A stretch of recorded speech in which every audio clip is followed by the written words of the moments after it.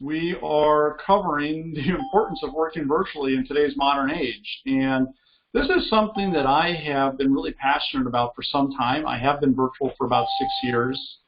And this COVID-19, this pandemic we find ourselves in, has really sped up this wave of change that we're experiencing, and is forcing us to evolve much faster than we were planning on.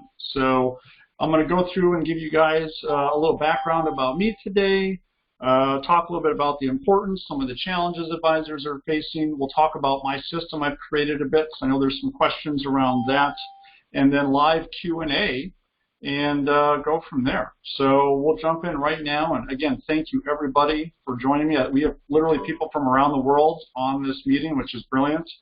And those of you that don't know, I am in Madison, Wisconsin currently. That's where I'm doing this meeting from. Nice rainy day here. Supposed to get pretty cold over the next week or so, but I'll take it over the snow. Okay, folks, let's jump in here. So who am I?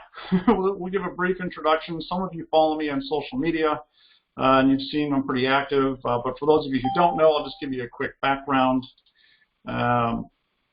Let's see here.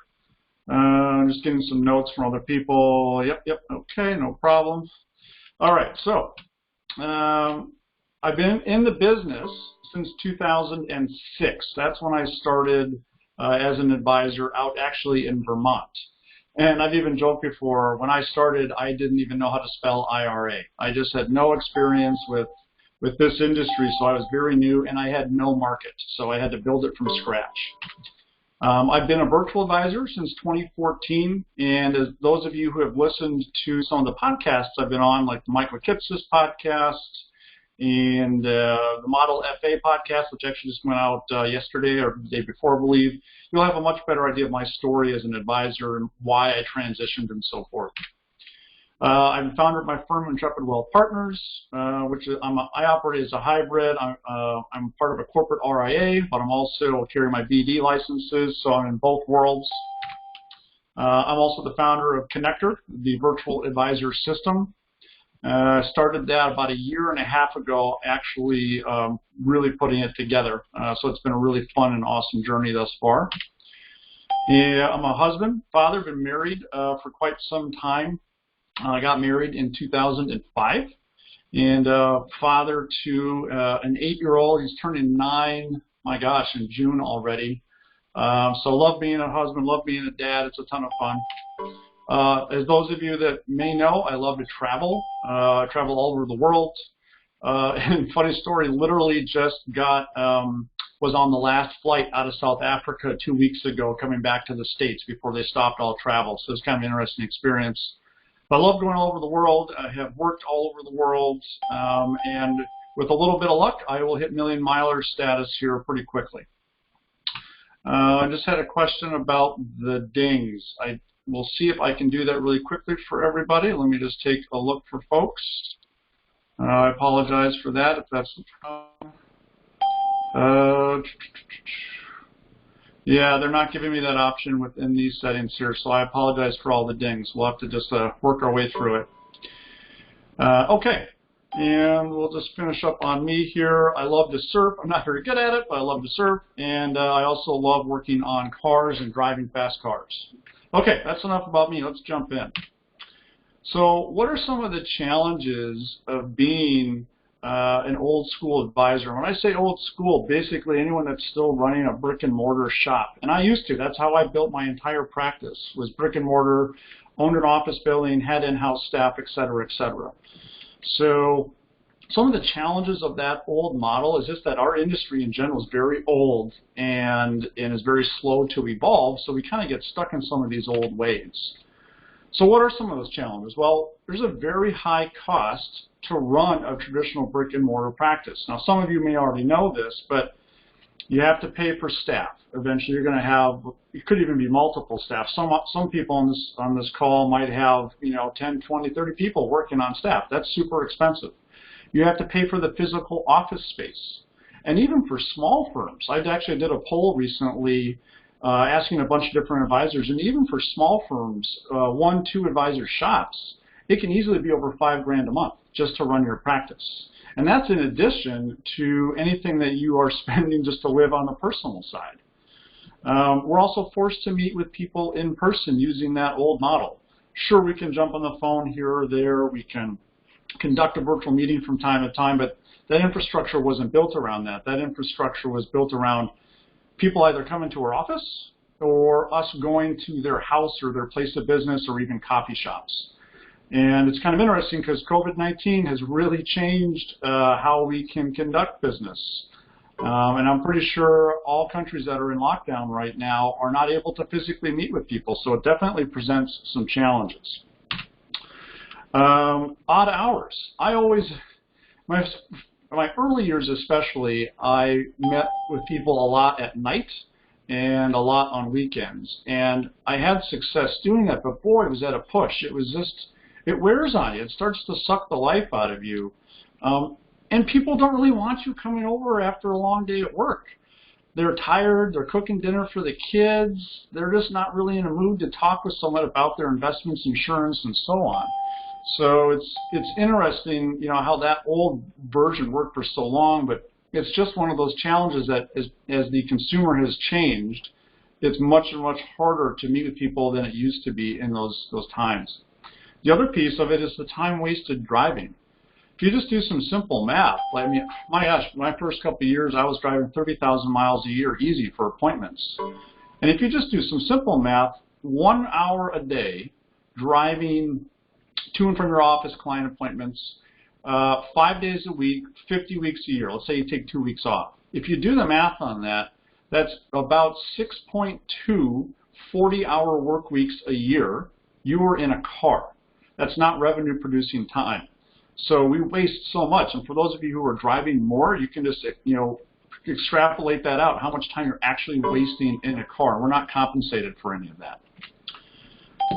And we're constrained about how many people we can see. We literally are, because of the time that we're wasted driving, having to be all over the place. And physically, we can only see so many people. So our businesses truly aren't scalable unless we bring a ton more advisors in. But then you go back having all the other issues that we see further up here. More staff, more overhead, and so forth.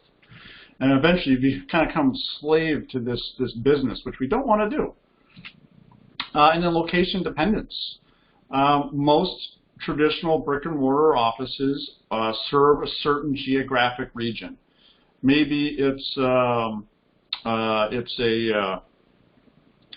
zip code, a city, a metro area, whatever the case is, and that again is only so scalable. You're competing against having a limited amount of people to work with, but also other advisors serving that exact same community, which is difficult. So these are definitely some of the challenges that we see being an old school advisor. Now, don't get me wrong, it does work. I was very successful operating a business this way, and many, many advisors were and still are. But what the consumer is wanting and how we conduct business is shifting, and that's what's being forced now in this modern age that we live in. Right. So what's the importance of running a virtual or semi-virtual model today and for the future? This isn't something that is going to go away. Like this wave of change, this wave of change was already happening before this pandemic. The pandemic just sped it up.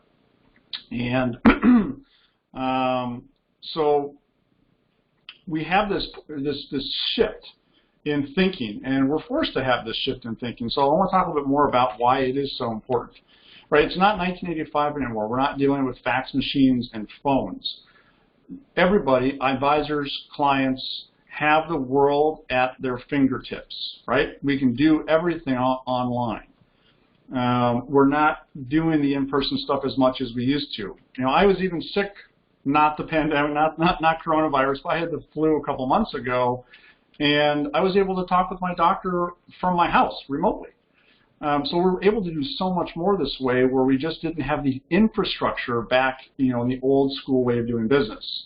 The last 10, 20 years especially, we've had a ton more things happening from a technology standpoint that's enabled us to switch our models into more of a virtual or semi-virtual model. So we have to have a strong digital footprint, right? So this is one of the old tricks to marketing, is it's really hard to create your own market. A lot of big companies spend a lot of money trying to do that. It's very, very hard, and it takes a long time. So what's one of the tricks is, well, everybody is online these days, or almost everybody. So instead, why not have a strong digital footprint and go where people are and then just be present? And a great example of that is LinkedIn. You guys have, for those of you who follow me on LinkedIn, you see how active I am on there. And that's just a great way to show people who you are, to build trust, to build rapport, and get your message out there at the same time. The consumer wants us to be virtual. I've talked about this a little bit already, but they are used to doing so many things online already. They are used to dating online. They're used to their banking online. They're used to doing their E-Trade account online, buying groceries online, doctor online. So we're already there. We're used to it. We're comfortable with it as a society all around the world. So the consumer is expecting that we provide the benefits, the efficiencies of being virtual, or at least semi-virtual. And it's really important that we are there. We do what they want us to do. Otherwise, they will go somewhere else and find somebody that is. So now, it definitely works in today's world. Business as usual for me since this whole pandemic thing happened and we went into lockdown. Nothing has changed for me. I've been conducting meetings just like I always do, writing new business. It's been great.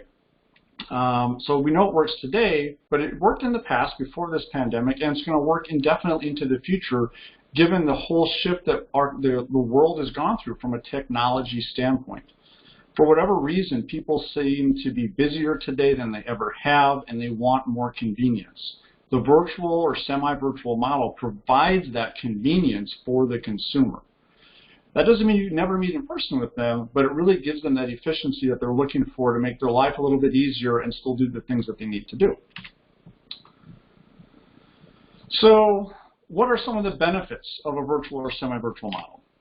Well, you can exponentially make more money by not spending as much time wasted by driving and admin and managing an in-house team. We have more time to meet with clients. Even if you just do that example I said about the extra 6 40-hour work weeks a year, think about what you could do with an extra 6 40-hour work weeks a year where you spend a good chunk of that time marketing and working with new clients. You can exponentially make more money with this model. You can have drastically reduced overhead, literally saving many thousands a year. My overhead from at the height of where it was to where it is today is down about 70%. Yet my business continues to grow by at least 20% a year. So it's beautiful, right? Because now I have more profit where I can use that money to invest in my business, to market my business that much more, to hire additional virtual staff, which is a fraction of the cost from having in-house staff, but also just put more money in my pocket so I can pursue my passions outside of work, doing the things that I love to do. It's scalable. So the old model was only scalable to a certain limit. This virtual or semi-virtual model is much more scalable. We're no longer location dependent. We can expand our physical reach to people across the country, across the state, wherever we live. And we can contact exponentially more people. All that time saved from driving and all the other stuff that really wears you down from a traditional brick and mortar office, now that time can be used marketing, doing new meetings with potential clients, and so forth. So it's a much more scalable model by working the same amount of time, which is pretty cool. I've actually got my business to a point now where I'm only working about 25 hours a week on the advisory side of things based upon all the efficiencies that I have. You get your time back. So as I said, we get more time to market our businesses in a variety of ways. We have more time to meet with potential clients and current clients to service them. We have more time with our families. You know, one of my pet peeves that I've had for many years being a financial advisor is that what we do is tough. We provide a ton of value for people, and we help them crystallize and identify their hopes, dreams, and goals for the future, and then we show them how to do it. Like, we actually make it a reality for them, and it's so cool the work we do. But the one thing that never worked for me in my mind, like from a logic standpoint, is when we're doing that and we're working all those nights and weekends and we're having the really inconsistent paychecks and the high overhead, is I'm putting my life on hold. And as you saw earlier, like I'm passionate about being a husband, a father. I love to travel. I love to do all these things outside of work. And the old brick and mortar model, in a sense, forces advisors to put their lives on hold for a while to go help their clients. And that just never made sense to me. It should be a mutually beneficial relationship where we can all help each other. So we get all these benefits from running a virtual or semi-virtual model. And I can tell you, I've been doing it for 6 years. It works. So what are some common questions about the virtual model? I'll go over some common things here, and then when we get to the Q&A, I've got a couple questions already queued up, and then that's when people can drop in and start adding some questions that I'm happy to go over. So what was the biggest roadblock to becoming a virtual or semi-virtual advisor? So for me, especially if you guys have heard my Kitsis podcast, the biggest problem for me was my mind shift. I was so deeply rooted in the old brick and mortar model where I had to meet with people in person, I had that office. And due to my circumstances and the shift in my business, I had to start working virtually. And I was deathly afraid I was going to start losing clients because they would not be receptive to the virtual model. Funny thing is that it was all in my head. Clients embraced it, they loved it, and out of all the clients I had, I lost one client from moving to a virtual practice. So I think those are pretty good retention numbers when you look at it that way. So in all the advisors I've coached and spoke with, I think that tends to be the biggest roadblock is you have to wrap your mind around it from a conceptual standpoint first, and then the rest of it's actually kind of simple. Not easy, you still got to put the work in, but it's simple. It's kind of like deciding you want to climb a mountain. You can see the summit, and you're thinking about it, and you're like, okay, yep, I'm going to do that. So that part is the hardest part. Once you decide, though, then the rest actually falls into place. Compliance. How does compliance fit in all this? So in building my virtual practice, I made it a point to have my compliance officer along every step of the way. And I come from a very, very conservative compliance background, and I'm still in it. And it actually was a really cool experience because every step of the way when there was something like, hey, can I or can I not do this, we would just have that conversation and figure out ways to do it. So short answer is you can embrace compliance and it works fine. Everything I do and have been doing for 6 years has all been compliance approved, and I've not broken any rules or gotten any trouble. You know, check me out on BrokerCheck. You'll see I've got a clean record. So it does work. Now, I know some of you might have some specific compliance questions, and we can get into that later, but overall, compliance is not a problem. The challenge might be is that you have to bring your compliance department up to speed with how you want to conduct business, as long as it fits within some of their rules, but those things can even evolve too. So compliance is not as big a deal or a worry as you may think it is. So what does it cost to implement? It's actually not that expensive, and that's part of my system actually breaks down for somebody starting brand new as going to the virtual model, all of the different costs. The initial startup costs and then the ongoing startup costs. And it's really a lot less. It's less than what a lot of advisors spend in 1 month for their total overhead. It really doesn't cost a lot.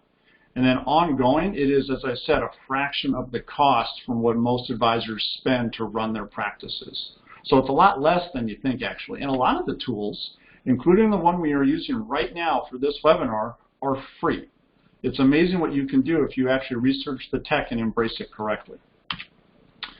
How do you get leads? I get this question a lot. And yes, this is top of mind for advisors. And it has to be because it's kind of the lifeblood of our business. Without leads, without potential clients, we're kind of out of business.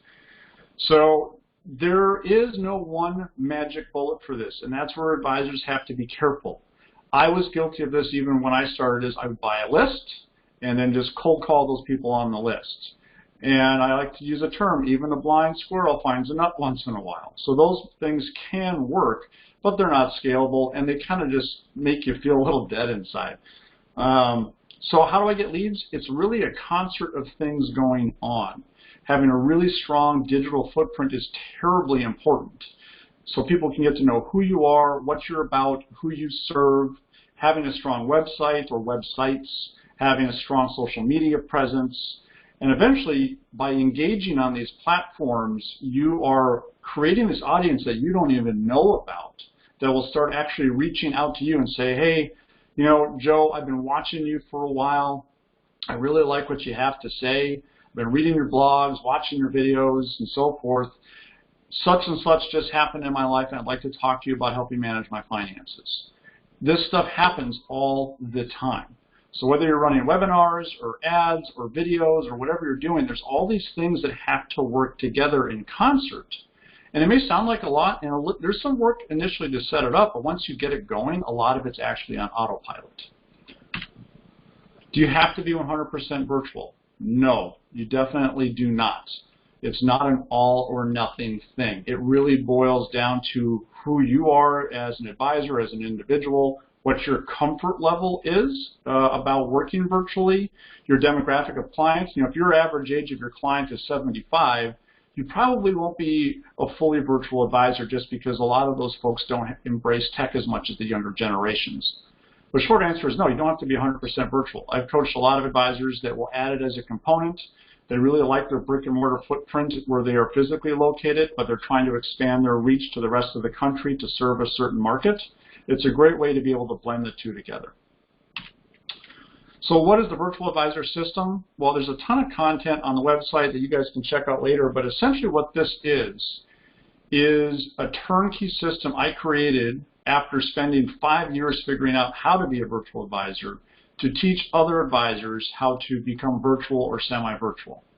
And a nice way to think about it is, it's this master blueprint, but you still get to customize it. Maybe I want marble countertops, but you want granite. That's fine. Maybe you want to use eMoney and someone else wants to use Money Guide Pro for your financial planning. Fine. That's the beauty of it, is that it plugs and plays into whatever environment you're in to help you build that virtual or semi-virtual practice. It's a turnkey system with a bunch of modules that build on each other. There are downloadable templates, language, a ton of walkthroughs, and it's not just, hey, pat you on the back coaching type of thing. There's some of that at the beginning to build a strong foundation and motivate, but then we get really into the nuts and bolts on exactly how to do things, step by step by step. It's one thing to feel good and motivated, but if we don't know what to do next, then it's not really worth our time. If you have more questions about it, we can definitely talk about it, but we can get into that, on a one-on-one basis.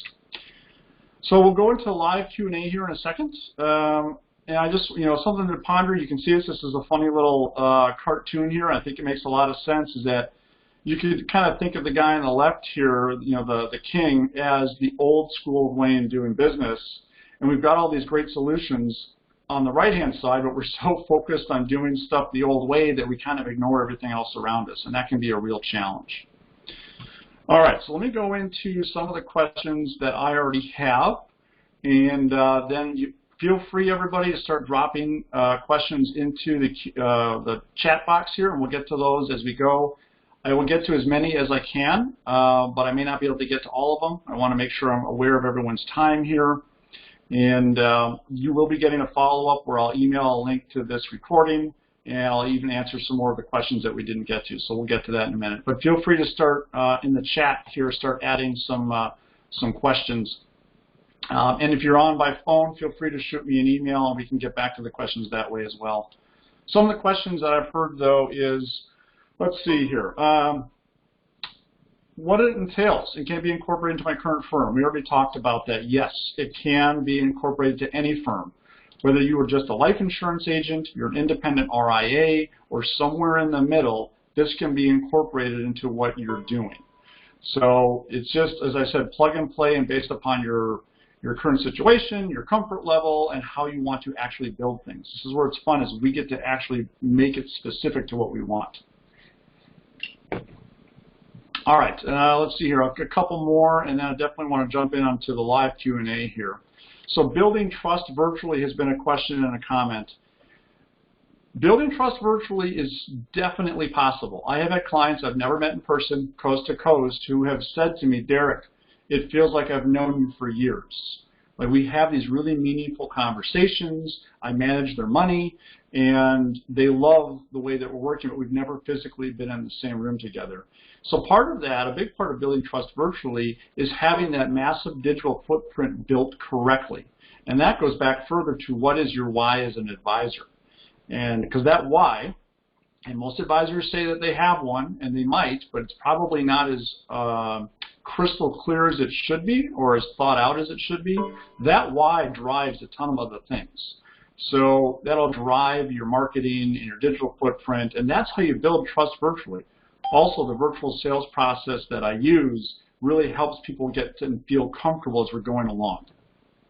All right, let's see what else we have here. Okay, we talked about cost a little bit. Talked about trust. Compliance, I think we've dealt with that a little bit already. Leads, there's a lot of different ways of doing that. How do we close virtual business? So I have a very defined virtual sales process that I use. I list it on my website so people know exactly what they're going to go through. We make that very clear. And the process that I use, it's been proven. I've used it for a very long time. It's been specifically evolved for virtual. Gets the clients to a point where they're actually asking to buy from you, which is how it should be. We should educate them, show them their options, and then let them come to us. So it's definitely possible, and the system teaches all about that. More about the system, it does include templates, a variety of templates for marketing and email and video and all of these different things. So yes, there are plenty of templates in there. But let's go into some of the live questions here now. Okay, so I'm going to scroll back up here a little bit, and we'll get into this. Okay. So hiring virtual staff. So I don't have any physical staff, but I do have staff. I have a virtual receptionist. I have a virtual executive administrator. I have a virtual digital marketing team. I have website developers, paraplanning, all that stuff. They're all outsourced. I've never met any of them in person. Actually, recently I did in South Africa. I met my digital marketing team, but that was after 2 years of working with them remotely. So I have virtual staff that fill all these different needs, and I have that mapped out actually in the system, but it's something that you don't have to have physically there. You don't have to have these people in person anymore. But when you call my 800 number, someone picks up. My staff will get back to you and call you if you need help of service or something like that. So we have the full infrastructure there. They're just virtual instead of in-house. So an ensemble advisor practice. So an ensemble advisor practice, that's an interesting question. The whole practice doesn't have to do virtual, but you could get one advisor that wants to run with this and champion that arm of it. So you could add it as an additional service and value add and a differentiator for your market, which is pretty cool. So that's definitely one way of adding that to an ensemble practice. You probably wouldn't want to have everyone in at doing it the same way, although you could. Let's see here. What's our? We got a ton of questions coming in, so thank you everybody. I really appreciate it. I'm trying to keep up with them as much as I can here. Okay, so what software do I use to make this presentation? Well, this is pretty easy. So this is freeconferencecall.com. Any of you can go get it. It's free. They've got some paid options. I've never used them. I've used this one for years, but I love it. And the presentation you're seeing is PowerPoint that I'm just sharing my computer screen with. It works that beautifully. So we're all familiar with Zoom. We've heard about Zoom. I have Zoom as a backup, but it has some limitations that Free Conference Call doesn't that I really like. That's why I use this one. Let's see. So the tech I use. So there's a ton of different tech that I use, and way too detailed for me to get into it now because there's everything from planning software, CRMs, et cetera, et cetera, et cetera, that we use. My system talks about everything that I use and different options that you can use. But again, it's all these things that work in concert together. So that's something that we'd have to do a little bit more deep dive in that because there's a lot to it. It's not just one little thing. Let's take a look here. What's another question? Just bear with me, folks. Just going through it here. There's a lot of great questions. If you don't go 100% virtual, do you even have to change anything from a compliance standpoint? No, you don't. And I changed very little going 100% virtual from a compliance standpoint anyways. One of the things I did, though, which is slightly a change for compliance, is my entire filing system is electronic. So I do not have filing cabinets. I don't even have a printer. So all of that stuff is electronic. And so from a compliance standpoint, when they're looking at your files, I just have to be able to grant access to that system to look at my files. Otherwise, compliance, for the most part, there wasn't even really a change. Great question. Let's see here. Let's go into some more.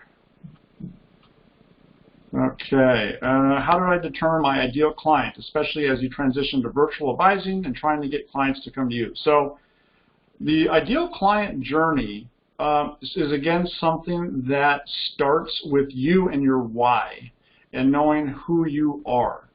And that is something that is an evolution. It takes time.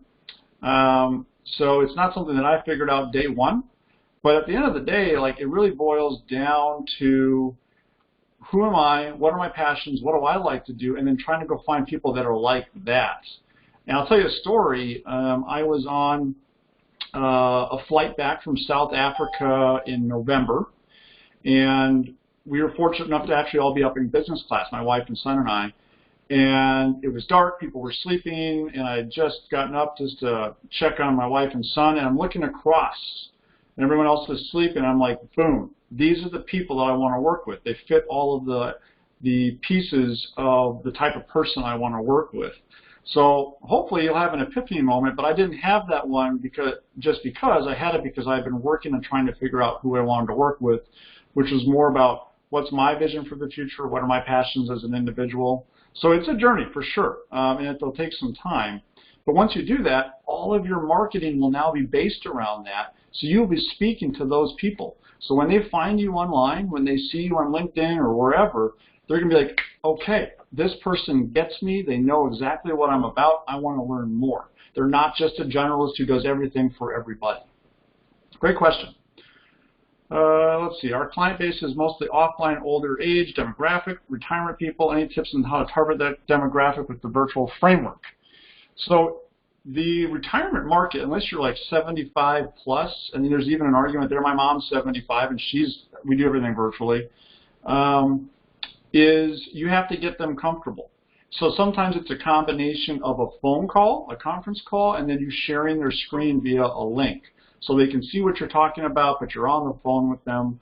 So you have to find that balance, and it's easier to help the clients you currently have start to adopt that model, and then you can learn what works and what doesn't work, and then when you're marketing to new potential retiree markets, then you'll have an idea of what actually works and how to work within them. But you will definitely be a semi-virtual model if you're working with much older people, because they are going to need some hand-holding, sometimes an in-person.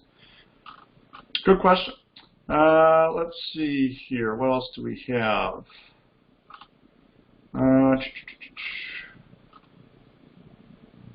Okay, bear with me here. Okay, does the system go over the actual equipment? Yes. My system tells you exactly what you need or can use to run a virtual office. So all the physical infrastructure, like everything I'm using today, I have a detailed list and recommendations of things to use, both from a physical standpoint, but also a tech standpoint. What's my financial planning process, and is it influenced by the fact I am virtual? My financial planning process was the same before I went virtual. I just modified it slightly here and there to work in a virtual manner, but that really didn't change much. Does the system say how to target with digital footprint, i.e. give a blueprint? Yeah, so it shows you. There's a module all about digital marketing and all the different things that you need to be working on. And once you build all of it, you have all of this digital footprint out there, the messaging is the same on all of them. And that's what's important. It's actually pretty easy to do, especially if you have somebody managing it. Do I hire somebody to run my social media? Yes, but I didn't initially. So I am a very frugal person. So if I can do something for free or at a very low cost for myself, then I will do it that way. So initially, I did everything myself. And that was for two reasons. Actually three reasons. One, to learn how it worked. Two, to find my voice as an advisor, Like, what is my persona online? How do I want to interact with people and so forth? And then 3, to save money. So eventually, though, once I figured it all out, then I outsourced all of it to a digital team now that does almost everything for me at this point. I think there's another question here we'll get into in a second about that. Yes, the question goes over the digital. The system does go over the actual equipment you need. Do I still offer evening or weekend appointments virtually? Very rarely. I have my calendar available via my website, so it already has pre-formatted what times I'm available, period. So if someone cannot offer or meet with me in one of those times, depending on the client and or prospect, I will accommodate and meet outside of those times, but mostly I do not. I almost never do evening or weekend appointments anymore, and I haven't been doing them for quite some time now, which has been awesome.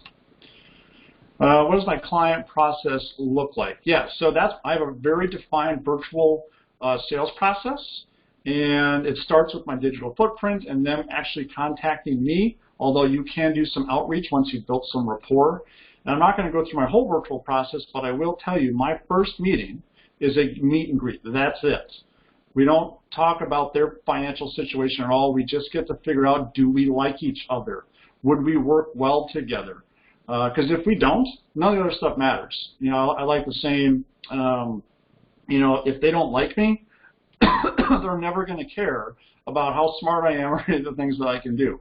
So that's the first meeting in my virtual sales process, and then we have you know, basically a stream that we go down after we've done that. Good meeting. And about annual meetings, it's something there too. All annual meetings are virtual as well. We block schedule those twice a year. Really simple, virtual, it's easy.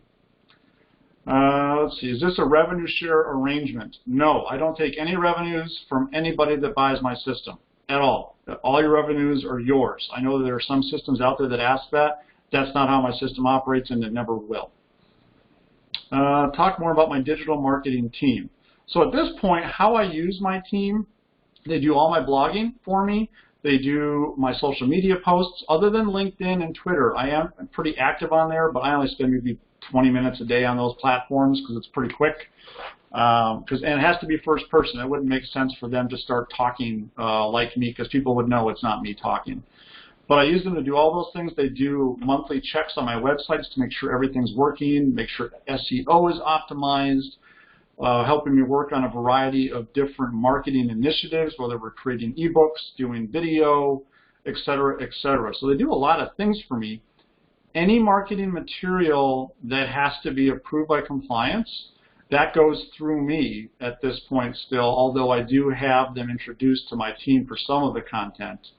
Blog posts, though, after I do the final review, minor edit, those all get submitted to compliance before they go live. So video, same thing. We don't publish anything that can't be published without compliance approval first, which does slow things down a little bit. But once you get up and running, your compliance team knows what you're doing. It's actually pretty easy. And you can build up a ton of content in the process and just keep going. As a new advisor, do you have suggestions for prospecting virtually? So I do. First thing is I would stop calling it prospecting. So that's one of my pet peeves is prospecting sounds like a bad medical procedure. Who wants to get prospected, really? Put yourself on the other side. Would you really want to get cold prospected? Probably not. What we all are, as consumers around the world, comfortable with, though, is being marketed to. So when you are looking at prospecting, marketing virtually, again, it all comes back to that digital footprint and your why and your messaging and getting that out there in a consistent and engaging manner. Don't just post something on Monday and then come back in 2 weeks and post something again. You have to be active and engaged. And you may say, well, I'm just sitting at my computer. I'm not working. Well, you are. You're not working when you're sitting in your car wasting 6 weeks a year. When you're sitting at your desk and you're engaging in your marketing, that is work. You are prospecting, but you're doing it in a much more efficient and effective manner. Hope that answers your question. Great question. Let's see. Do you find it challenging to convince clients to meet virtually, especially the first time? No, I don't. And the way that I have built that is that all my marketing, my funnel, my website, everything says I am virtual. So that's the filter right there. So if someone sees all that and they're not comfortable working that way, then they're not going to ever come to me as a potential client anyways. Thing is, though, is I would say, I mean, I don't have any numbers to back this up, but I would say the majority of people around the world are comfortable working virtually or at least semi-virtually. Sure, maybe sometime we're going to want to do an initial meeting in person to get to know you, and then everything else from there is virtual. But it's actually a lot easier to get them comfortable with it if your entire marketing, your message is all built around that, and your infrastructure, sales process, back office team, everything is virtual. They're going to feel like you really know what you're doing, and they're going to feel much more comfortable working with you, especially if they can see you like this today. Great question. How do I handle vendors that require wet signatures? Well, I almost rarely have that problem anymore, but I know it does exist. What we'll sometimes have to do literally is have the client print the form, wet sign it, and then either scan it back into me. Like I have one client, she turned 70 yesterday, and I had to actually have this done. We needed a wet signature, and I said, here's an app. It's called Genius Scan. Download it on your phone, scan in the form after you've printed it and signed it, send it back to me. So there are lots of workarounds, but sometimes with some of the clients, we just have to do a little bit of education to show them how to do these things. How much of my content is originated by me versus outsourced? So all of the content is mine. We don't buy it from anyone else. We don't have ghostwriters anywhere else. All of the blog titles, the posts, everything are directed by me. So I have a monthly check-in with my digital marketing team. They go produce the content, then I review it, edit it, and so forth, depending on my style and personality, and then we publish. So, and how much time do I spend each week creating content? I don't spend much time at all now. Most of my marketing efforts are on LinkedIn and social media in general. I spend maybe 30 minutes max a day on those platforms. If you're looking to ramp up more business initially, then you can easily spend a lot more time marketing. I mean, if you're not driving, if you're not meeting with potential or existing clients, then you should be marketing. That should be your main effort, which we used to call prospecting. So that's what you should be doing. So you can spend a lot of time doing it. It just really depends on your overall workflow right now, how many clients you have, and so forth. Pricing strategies. I'm not quite sure what you mean by pricing strategies. I do have all my prices listed on my website if that's what you're referring to. And this is one of those things that can actually make us more competitive. Any advisor that charges a financial planning fee, an AUM fee, hourly fees, if we have high overhead, we have to charge more to keep a certain margin so we can run our business. But if you drastically reduce your overhead, now you can reduce your pricing and still maintain your margins. That makes you more competitive, which is a great way to be able to do things. There are different strategies. I'm a hybrid, so yes, I do sell some commission products, but I always start with a financial plan. Feel free to email me if you want more specifics on pricing strategies, just in case I'm not making sure I understand you. Okay, we're running up here on quite a lot of time. We've done a ton of questions. Feel free to send more if we didn't get to them. I'll just finish up here. You know, at the end of the day, if you're an advisor who wants to be on the cutting edge, then here's some things I would suggest that you do. Check out the system. Learn more about it. Let me know what questions you have. Send me an email. You've got the website address right there. You've got my email address right there. Let me know your thoughts. Give me your feedback. Let me know what's on your mind. I'm here to help. We're trying to help people across the world right now. The pandemic has pushed that, but this change is happening anyways. This wave was building before this pandemic even happened, and it's going to be going afterwards. So I just want to thank everybody for being on this call. It has been awesome. We had a ton of people join from all over the world. This has been fantastic, and honestly, I'm kind of blown away. This has been really, really cool, and I really appreciate everybody giving me some time today. I hope that you found this of value. I hope you got some tidbits out of here. And yes, please feel free to contact me. I am here. Let me know how I can help. We'd love to have you join the rest of us that are already using the system. And just, yeah, sending positive vibes your way, everybody. You know, stay safe, stay healthy, keep learning, and let me know if there's anything that I can do for you. Wishing you guys all the best. Take care. Bye-bye.